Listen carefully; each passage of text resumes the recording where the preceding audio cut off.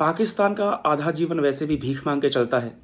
इस पहलगाम वाले मसले पर उसने हमारे ऊपर जो ड्रोन फेंका, उसके बाद हमने एक करवट ली, और करवट ली है इतनी भयंकर कि पाकिस्तान घुटने पे आ गया। फाइनेंशियली पाकिस्तान वैसे बर्बाद था, अब और बर्बाद हो गया है।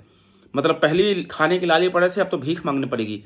पहले पहले भी भीख ही मांग रहा था IMF वर्ल्ड बैंक जा जाके। मुझे लगता है अब तो और देश को गिरवी रखना पड़ेगा। मैं एक डाटा दे रहा हूँ, ये डाटा जो है पाकिस्तान के न्यूज़ और बाकी जहाँ पे आ रहा है वहाँ का डाटा है। आपको बता दें, पाकिस्तान को जो ग्राउंड लॉस हुआ है वो हुआ है $600 मिलियन का।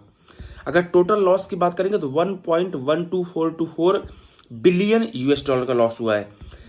अकेले सरगोधा एयरबेस को जो हमने तबाह किया है, उसको मरम्मत के लिए उनको $100 मिलियन चाहिए। मिलियन समझते ना, 1 मिलियन में कितना होता है? 10 लाख। और ये US की बात हो रही है। 9 आतंकी ठिकानों पर हमला किया था, और उसके बाद में आपके 15 एयरबेस पे हमने अटैक किया था।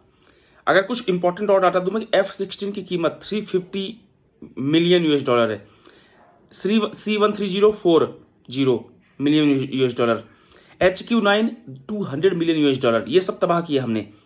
अगर इंसान की बात करें तो हमने करीब 200 पाकिस्तान के जवानों को मारा है, जिसमें 50 पाकिस्तान के जवान हैं और 150 आतंकी हैं।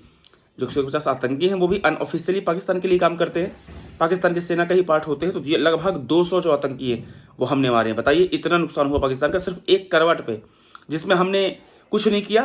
पहलगाम में उन्होंने हमारे लोगों को मारा, हमने उनके आतंकवादी हमलों पर हमला किया।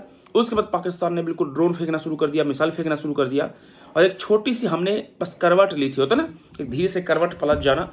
और उस करवट का इतना नुकसान हुआ है कि मुझे लगता है पाकिस्तान जाके IMF और वर्ल्ड बैंक में गिड़गिड़ाएगा कि भैया हमको पैसा दे दो, नहीं तो हमारे यहाँ रोटी के लाले पड़े हैं। पहले से ही रोटी के लाले पड़े थे, अब ऐसा ना हो कि देश गिरवी रखना पड़ जाए।